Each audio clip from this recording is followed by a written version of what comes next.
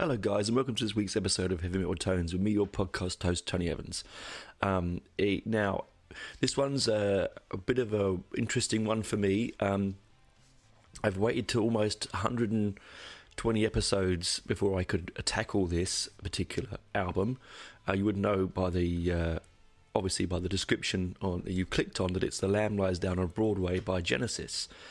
I'm a little bit nervous, I have to say, with this one, because I don't want to, you know me, I can be a little bit flighty and sometimes a little bit, the information gets mixed up with stories and all sorts of stuff, and I get sidetracked.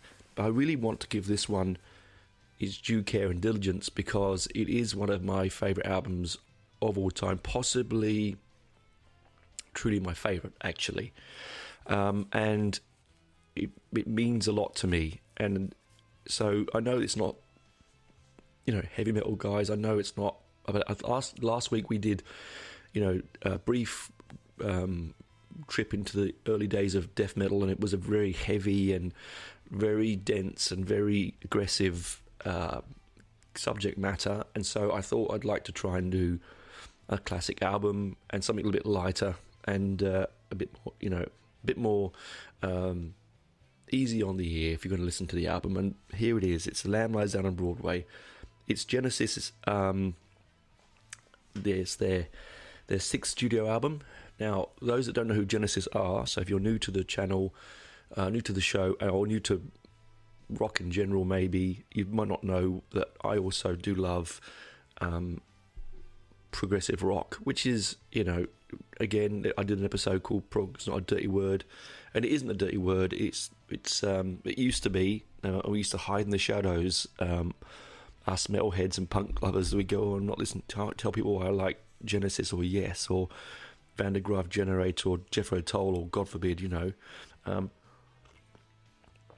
get some, vilification. But so Genesis are one of the founding members of the UK prog scene.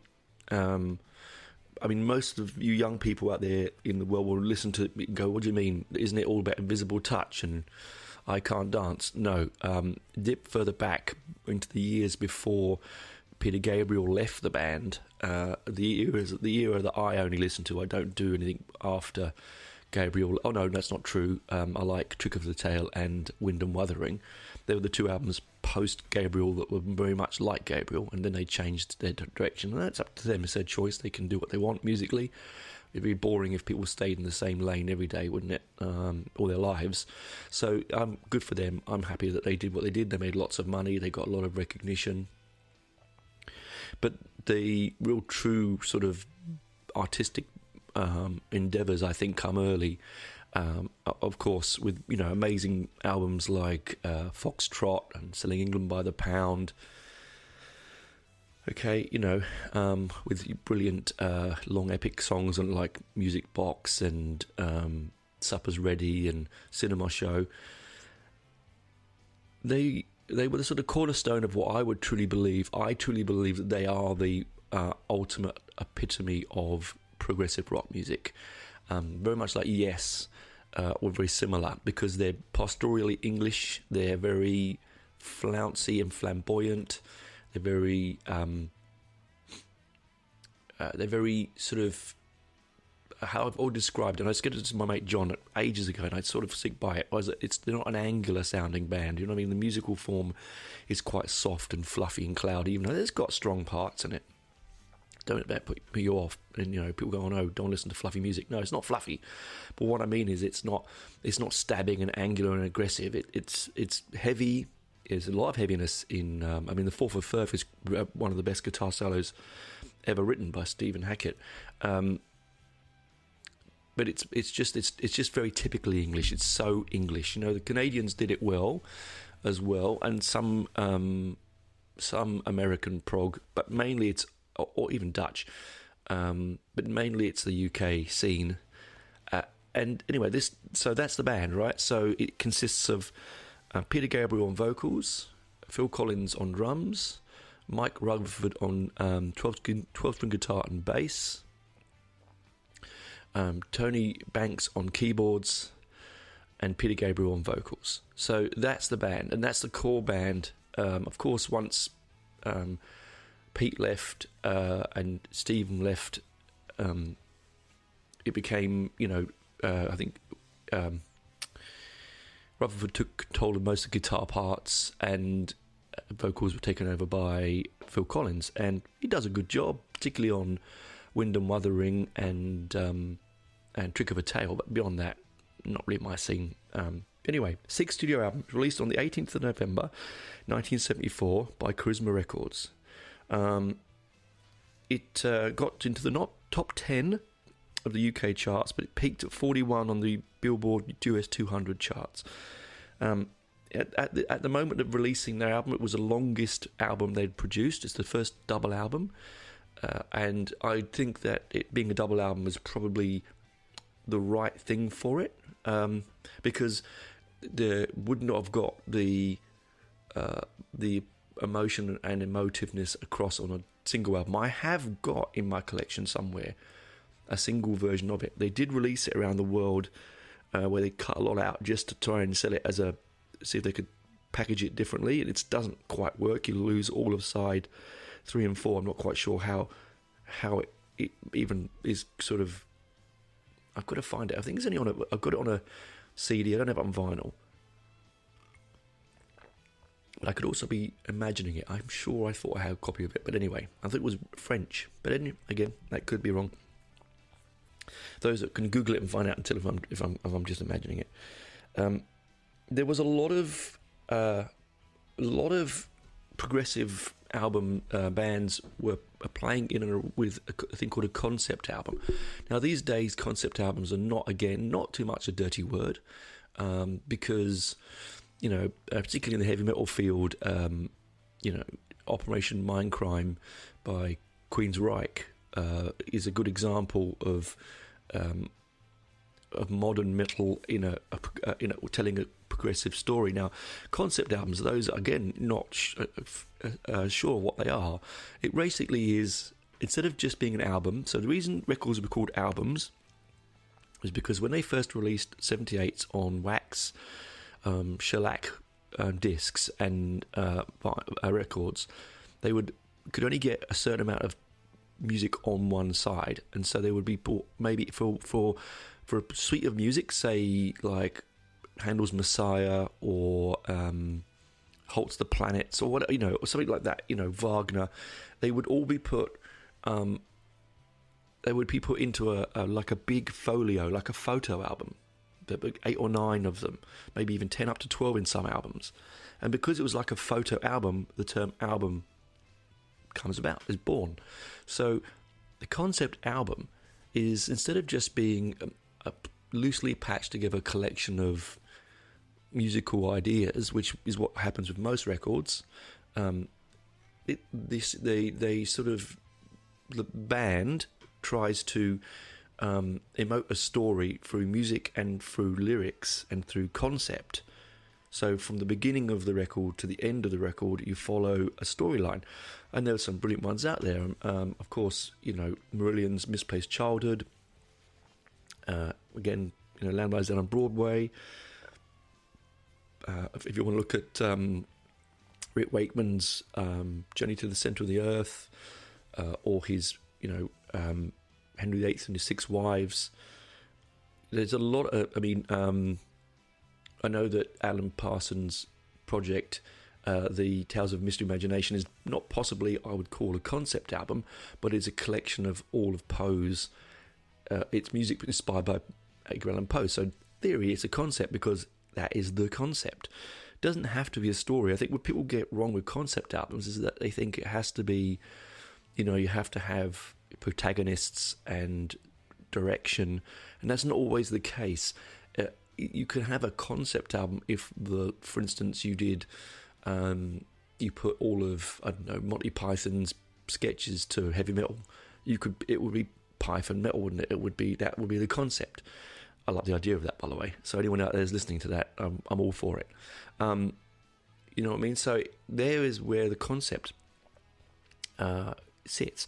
And Genesis at that time had not done a concept. They'd done long suites of music with stories that were conceptual, as I said before. The wonderful and amazing Supper's Ready, or Cinema Show, something like that. They're all, the Battle of Epping Forest and so on.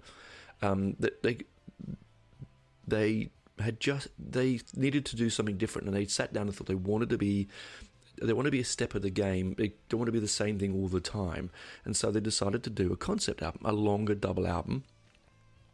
They just followed their wonderful 1973 sellout tour and epic album of Selling England by the Pound, also one of my favourite albums of all time, which I got to see Stephen Hackett do a year or so ago in full with my good friends Mark and John, and it was really life-changing is too big a word, but is apt. I did when they played I Know What I Like in Your Wardrobe. I did cry. I'm not going to deny that, guys. I sat there and saw Stephen Hackett playing the guitar solo to one of my favourite songs of all time, and I literally I wept a little bit, just inwardly to myself. I just introspectively had my own moment. But anyway, I'm digressing. So they'd just come off this amazing tour, this amazing album, and they went in to record straight into a Welsh... sorry, not in Wales, I apologise. They went straight to Hadley recording studios, Hadley Manor. Now, the trouble with Hadley Manor is it was an old reform school, an old poor prison. So for people where if you couldn't afford your debts, you'd go there and you'd work off your debts to society before you could be let free, and most of the time they perished in a very horrible Victorian manner. Now, when they got there, the band before, and it's not been disclosed which was the band before, I'm sure those would know, there's someone out there would know who the band was there before, but they got there and the place was full of squalor. It was full of rats, it was excrement on the walls, in a very bad way.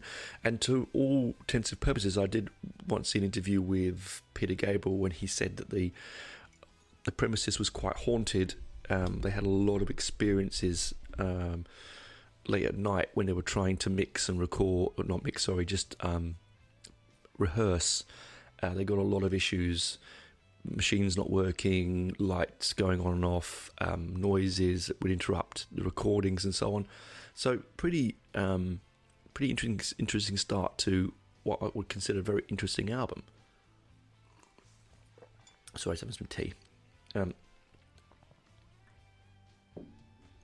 Now, they chose to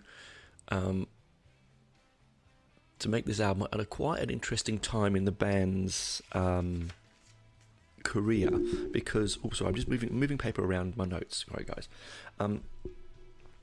The band was full of tension, real bad tension. Hear that? That was, sorry, I have a mic and I've got to get a new one. Every time I touch the bloody thing, it makes a humming noise. Anyway, sidetrack.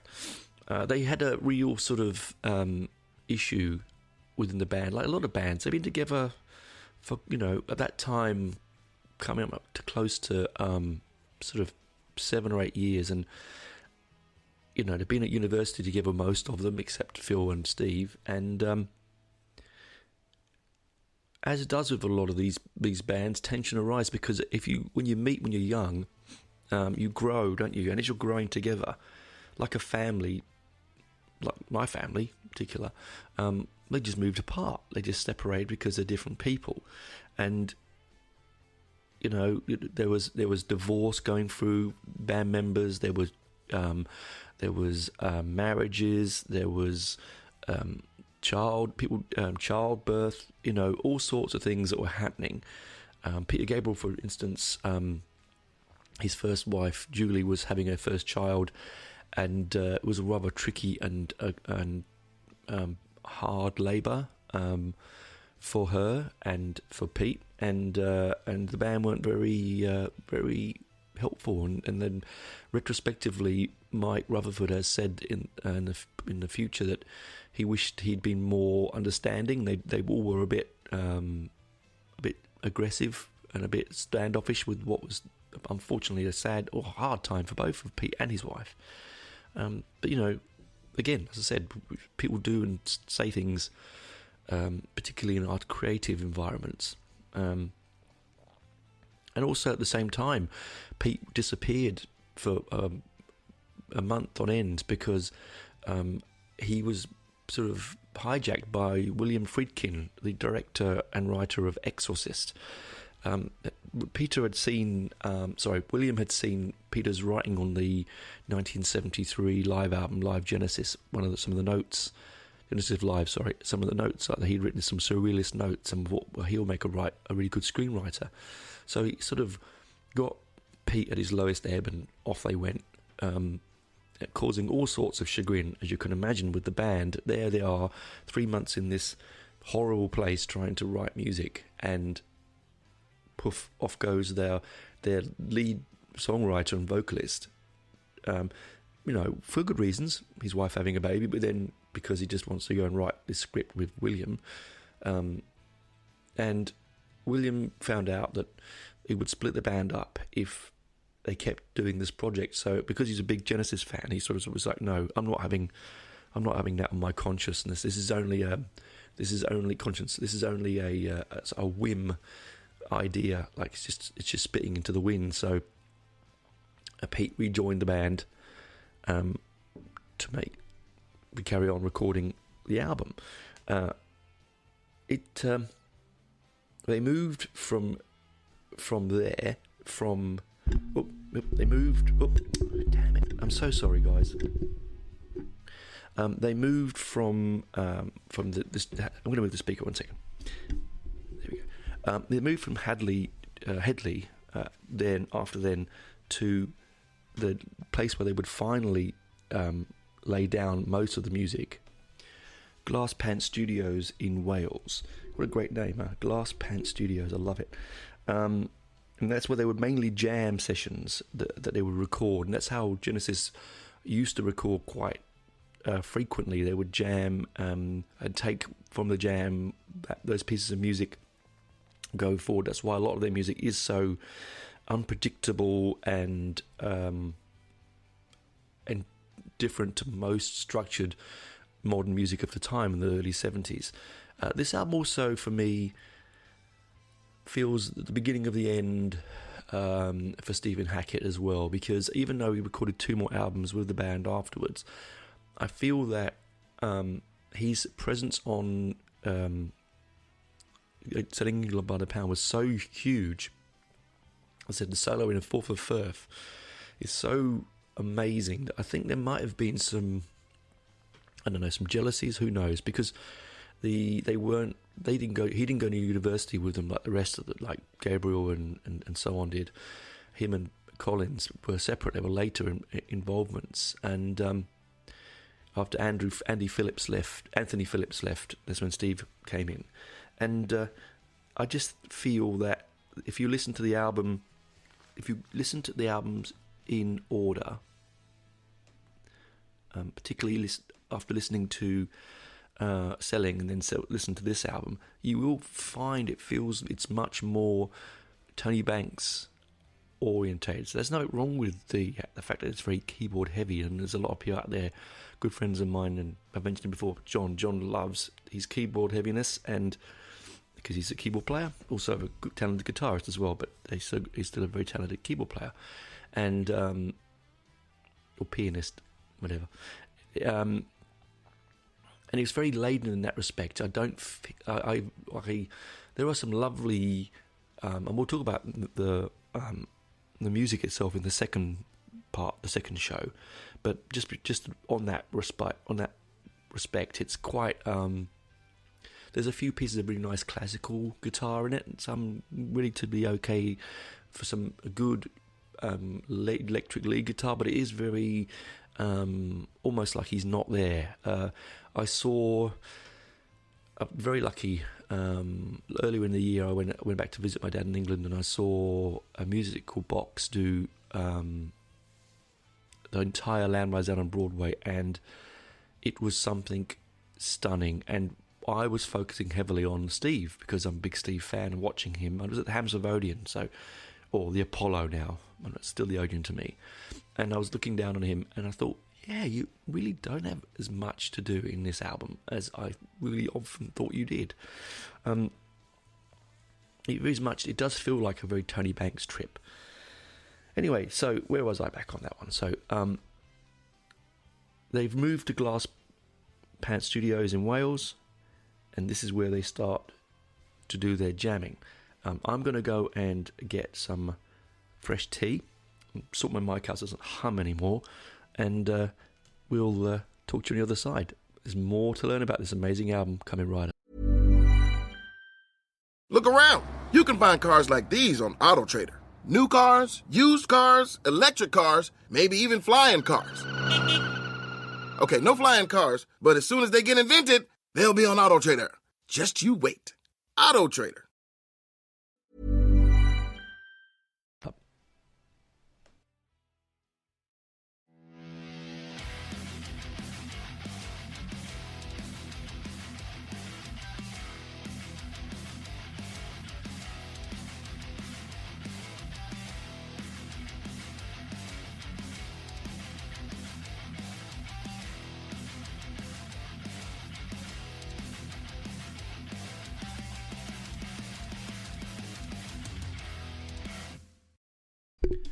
Welcome back, guys. I keep hitting the mic. God, I'm having one of those afternoons.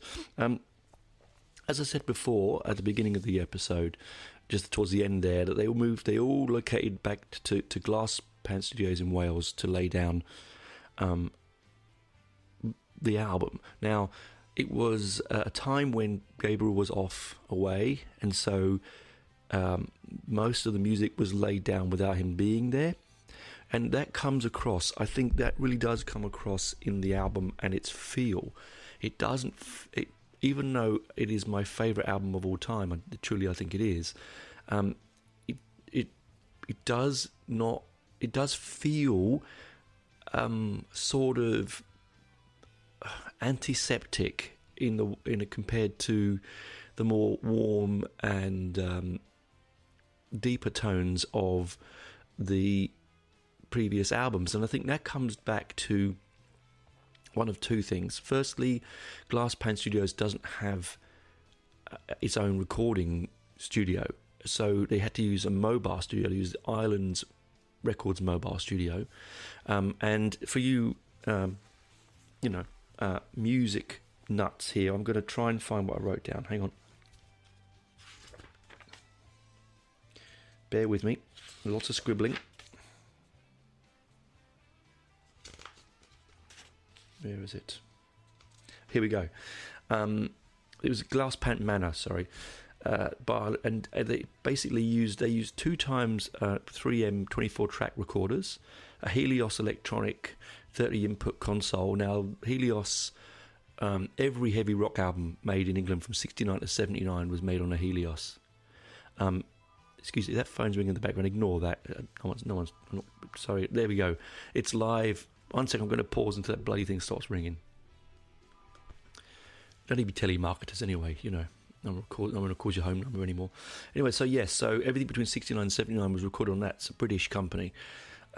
They used Altec monitors and 2 A62 Sturder tape mastering machines. It was engineered by David Hutchins and produced by the last production by them by John Burns. Now, what Mike Rutherford has said on interviews is that he thinks the sound of The Lamb is the best they've ever did because it wasn't recorded in a studio. He feels that because they recorded in sort of did some really interesting things. John and Pete did some very interesting things vocally. They recorded in bathrooms around the house. They recorded in cow sheds to get certain vocalizations, and Phil Collins played in the barn, and he was trying to copy Neil Young's drum sound because Neil Young records in his barn. We used to record in his barn, so there's this sort of wild, live, fluid sound to it, but it still sounds to me a little bit antiseptic, and I think it's because it was like, and I also equate this to the White Album. The White Album is also, I think, similar to this, because the band, the Beatles at the time, were falling apart in some respect, over each other, over the way they were recording, wanted to have their own input, not enough input from each other, and then you get this sort of like disjointed, crazy album, which the White Album is. But the trouble is, what the band were trying to do with this album is they're trying to make a concept album, a story album, and doing that and doing separate is really hard, because to create a concept album, you've got to gel all of you together, because otherwise it's going to be, as I said, unbalanced. While Pete was away, Phil Collins muted the idea that they should do the album as a instrumental. This was mainly because Phil thought that Pete's verbal diarrhea on the last couple of albums, it was too heavily lyrically dense. Now, it was poo-pooed, and rightly so, because one of the joys, and one of the real joys for me, and I genuinely mean this, with the Genesis album, is Pete's lyrics, because you can listen. There is not one time you can listen to his lyrics and take it all in. I can't tell you I know what he's talking about on half what he's singing, but I love it, because every time I hear something different, and every time, like when I was restudying this album for these two shows, because I play it once a month for myself anyway, but I was trying to re-listen to it and see if there's anything lyrically that would, after finding out about the tensions in the band, if there was anything lyrically, and there is, and I'm going to come across that in the second show. So please do join me on the second one, because I think that's going to be a really, really interesting one. Those are big Genesis fans, or even if you're not and just like the idea of lyric appreciation, this might be one for you. So they're there, they're recording their album. Now, they experimented, as I said, vocally, and it took 2 weeks to record the backing tracks, which is not that long. Once they got it written down, it's pretty good. But there was some absolute nightmares in the mixing, because Phil Collins would go, because the record label were like, "We want this now. We want it out," as is the way when studios and labels are paying money. They want it out. They want that product. They want to ride the wave of the huge success that they had with selling England by the pound, and so they were sort of forced, as in most of the times, not so much these days, I don't think, but back then, bands were forced to have X amount of records out, X amount of time, and Phil Collins apparently would spend all night mixing and producing it, and then Tony and Mike would come in the morning and remix it, because as Phil would say, he got really absolutely so bogged down by it that he was making all these strange decisions and errors, and he couldn't concentrate, because I mean, you know, doing 14 hours of mixing an album every night, for instance, I mean, it's a really long day, isn't it? And he's sort of and that wasn't a glass pop, sorry, that was mixed, it was mixed at the Island studios in Notting Hill Gate, which is in West London. It was so it sort of went through several places, and it started off at Hadley, then it moved to Glass Pant, and then it goes to Notting Hill Gate, the Island Studios. It was, you can tell, and again, you can tell it sort of feels like it's been passed through different hands. Although this being John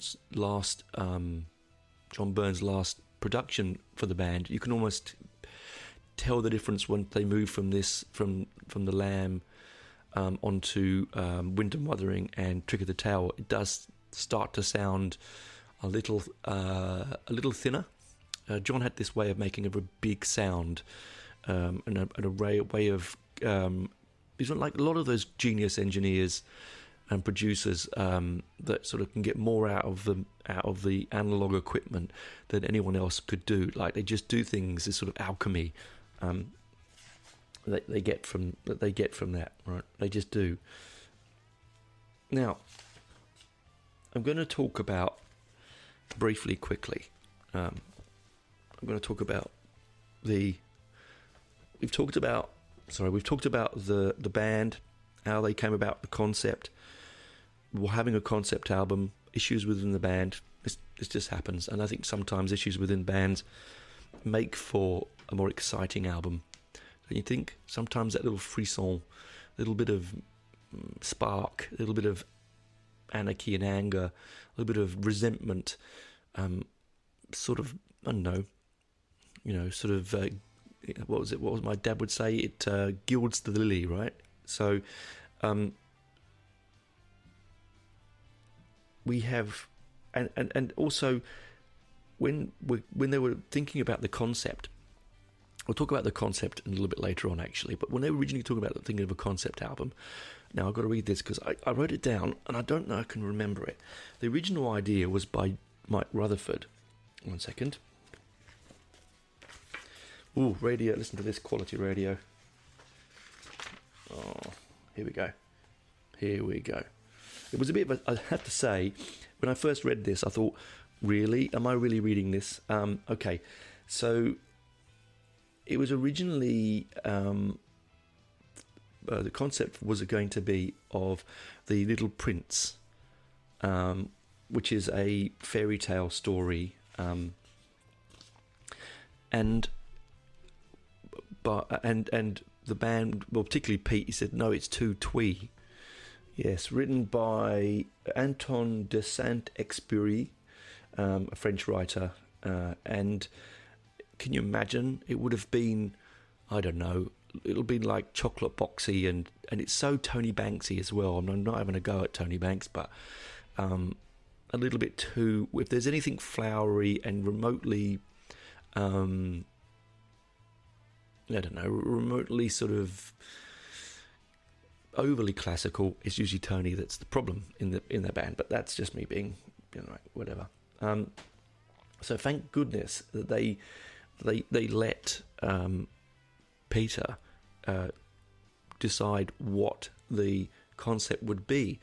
His idea was to make a modernist punk fairy tale, even though it was pre-punk. This is, but you know what I mean. It was sort of like an angular, edgy, non-pastoral, completely British concept. Set it in New York, which he did, with a character called Rael, who's a Puerto Rican who lives in New York, a Puerto Rican youth, and his journey of discovery.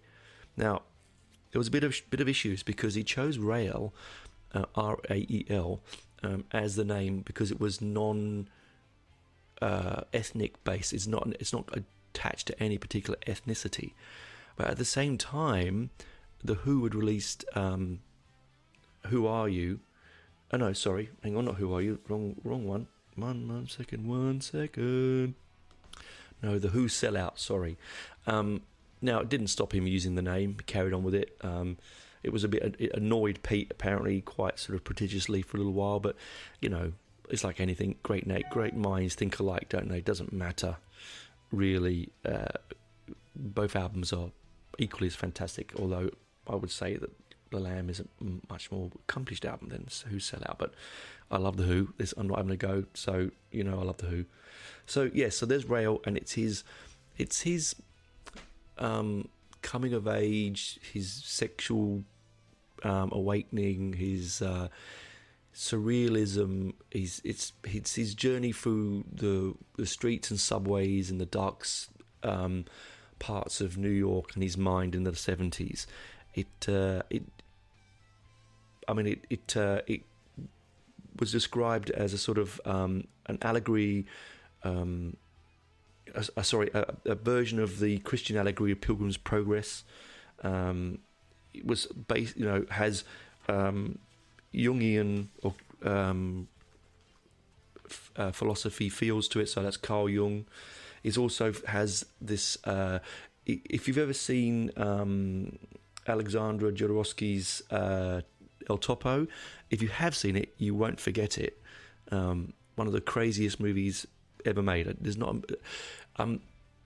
It sold out when it first showed on the small cinemas in New York for a year in advance. There's midnight screenings. It's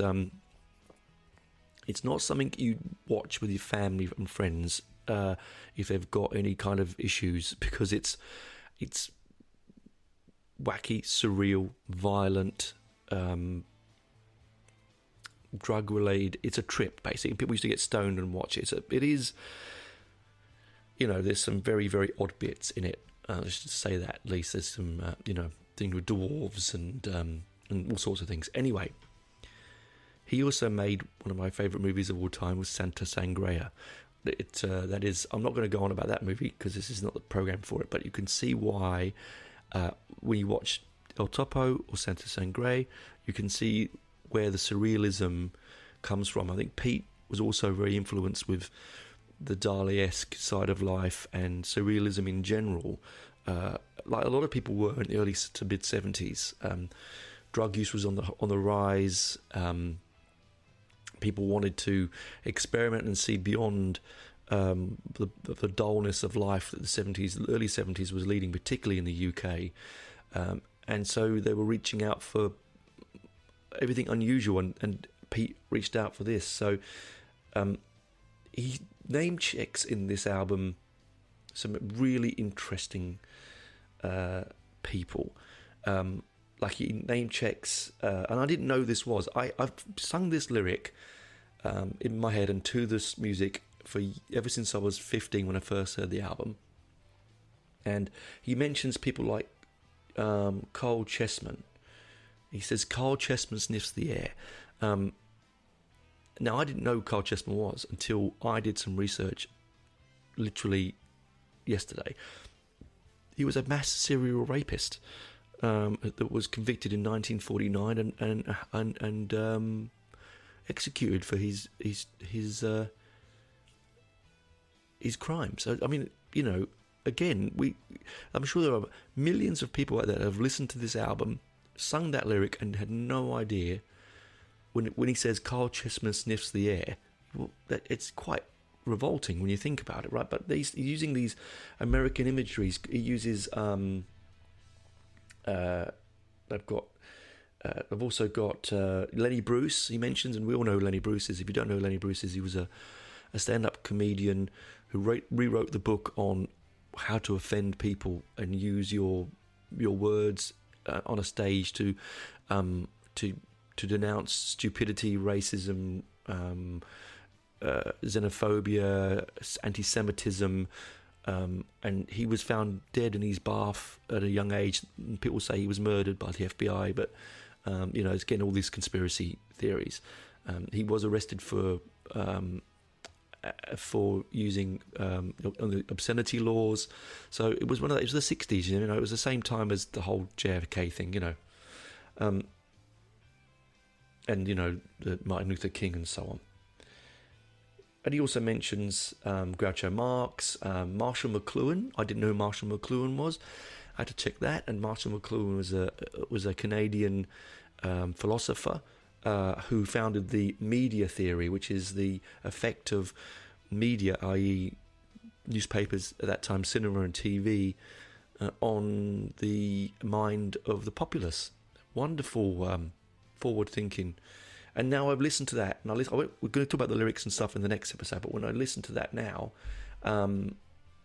it makes me think, oh, now I know what the lyric means. So he mentions Howard Hughes, the famous movie mogul, businessman who was a recluse, and who famously was ripped off by The Simpsons with Mr. Burns, where he wears Kleenex tissue boxes on his shoes on his feet for shoes and keeps his urine. Check that episode out. It's very funny. And of course, he also name checks Evel Knievel. Now, I loved Evel Knievel as a kid. He was for those young people who don't know who Evel Knievel is or was, he was a daredevil stuntman that used to wear a white, like Elvis kind of outfit, and he would leap buses on his bike, and he would do crazy things, break his body for all sorts of reasons, to do these crazy stunts. And we used to watch him on TV, and one of my favourite ever things was I would watch, I had his toy, like it was a wind-up bike, and I loved it. I absolutely loved it. And you could wind the bike up, and you'd come with these plastic buses and ramp, and you could try and get it to jump the action figure to jump the buses. It was fantastic. Anyway, I'm sidetracking quite diversely there. So it's this surreal story, which we will cover in the first part of the second show, because it's quite an interesting story. I don't want to give it all away now. So where are we? We've got a band that's on the edge of sort of falling apart. We've got a band that's produced 5 incredibly diverse, wonderfully musical, brilliant pieces of music in an era when young people, and I'm talking about your 13 to 18-year-olds, would happily sit down and listen to a piece of music that was 27 minutes long. Not a time that lasted that long. Punk came along and sort of completely smashed that out of the park. Sadly, to some extent, sadly.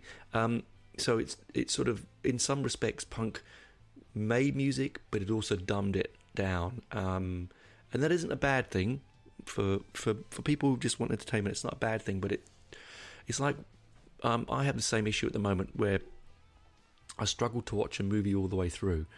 I'm so used to watching TV length episodes of things, and the YouTube segment stuff and all that kind of thing, that now if I sit and watch a movie, trying to get myself to concentrate can be quite tricky, for me anyway. And I think that's the same with the way that we consume music now, and that's what's happened with why prog was such a wonderful thing. It was a time to interact. It's like when I put on Lamb now, and I put it on again yesterday, go into a darkened room, put my headphones on, put the needle on the record, and just let it, so rich and dense and so like having a fine heavy meal. It's lovely, full courses, not just a quick snack and a sugar boost. Anyway, so where were we? We got a period in time where music is long. We've got a band that's made 5 amazing albums. They're going to the studio with the main man of the band, and they're all main men of the band, but the lyricist and singer, the front person at that particular time in music, was the main person, right? Let's be honest. Most people would know who Peter Gabriel was, or who Freddie Mercury was, or who Roger Daltrey were, but they might not always remember the rest of the members of the names of the band, because they're the ones, the David Bowies of the world, the Phil Lynotts of this, these people. So they were the big characters. And so going into it with him already distracted, wanting to go and do other things, family life and issues getting in the way, life in general getting in the way, and a studio then sort of hounding on the door for this next big thing, they go in to make this album, and they decided to make a concept album. And they decided not to make it a twee, chocolate box thing that was muted, and they decided that they will go with Gabriel's very difficult to follow, surrealist, El Topo inspired, Jungian, New York landscape driven nightmare. And it can be quite nightmarish, particularly when you get into side 3 and 4 towards the end of the record. And they end up in a studio that's haunted, that's smelly and disgusting. They can't concentrate. The band split up for a little while. Pete goes away. They then end up in Wales, where they have to use a portable recording studio, which stretches them with their sound, which makes them sound different and better, I think. And then we come to the story. Now, that will be mentioned next week, guys. I'm going to leave you on tenterhooks about the story, because if you don't know the album, do me a favour, go and listen to it now. And then when we talk about the story and the lyric and the music in the second part of the show, you'll understand, or it might, same as me, quite not understand what's happening, what's going on. And you might even also pick up the fact that Stephen Hackett isn't as predominant in the mix, and it is more keyboard-driven, Banksian sort of muse. I think Collins is at one of his bests here. I think this is probably his best work with the band. I think that's because he gets let free in that studio, freedom of the barn, with the sound being bigger and splashier and denser and open. It's mic'd differently. They weren't all in the studio together recording. They recorded separately a lot of the time, so that might also come down to it. But as I said, that's it. Coming to the end of this first part. I hope you've learned something. I really enjoyed learning about the ins and outs. I'm very nervous, as I said, because this is sort of the holy grail of albums for me when it comes to prog and for my life in general, and I don't really want to do it disjustice. So if I've missed anything, or you want me to talk about anything more about it, please just let me know, and I will do a third episode and add more in if you really want. Otherwise, it's 1 and 2. The second one will be slightly longer because there's a lot more to cover. This was just the build up to the album, the band itself, and the ins and outs of recording it. So that's me for this first part. I'm going to go off, make some more notes, record the second part, and we'll chat to you next week when we learn all about the lyric and the story of The Lamb Lies Down on Broadway, one of the greatest prog albums, if not the greatest concept album ever made. Now, again, that is purely my idea and my feeling. It might not be what you think. I'm not saying it's set in stone, but for me, that's how I feel. An album that has lived with me and has been part of my life for 35 years, and something that has grown ever so stronger with me, and has always been there when I needed it. And I think that's a very important thing about albums like this, isn't it? They do emote times in your life, and they emote and they help you through tough times, and this has always helped me through certain times that have happened. And right now, you know, not that you need to know, my friends, but my father is very, very sick. Possibly not going to make it to the end of the year. I hope he did, but this album will help me get through that, and this show has helped me get through these times I'm dealing with. So I'm very thankful that you listeners, even if you've listened to 20 minutes, if you've not even listened to, if it's your first time you've listened, I'm just appreciative that you've come along and listened to it. Do go and listen to the album. It might change your life. You never know. You might think it's absolute wank, and I'm all with that as well. I don't mind what you think, because it's subjective, and music is about subjection and reaction, and let's not be too critical. Okay, let's open our minds. Let's listen to something. If you're willing to listen to some of the heaviest aggressive black metal and dark death metal, I'm sure that you can open your minds to some beautifully lyrically dense and diverse pieces of music that Genesis 2 give out and put out, and did put out, I should say. Anyway, that's me wobbling on and waffling on for the rest of this episode. So talk to you next week when we go deeper into The Lamb.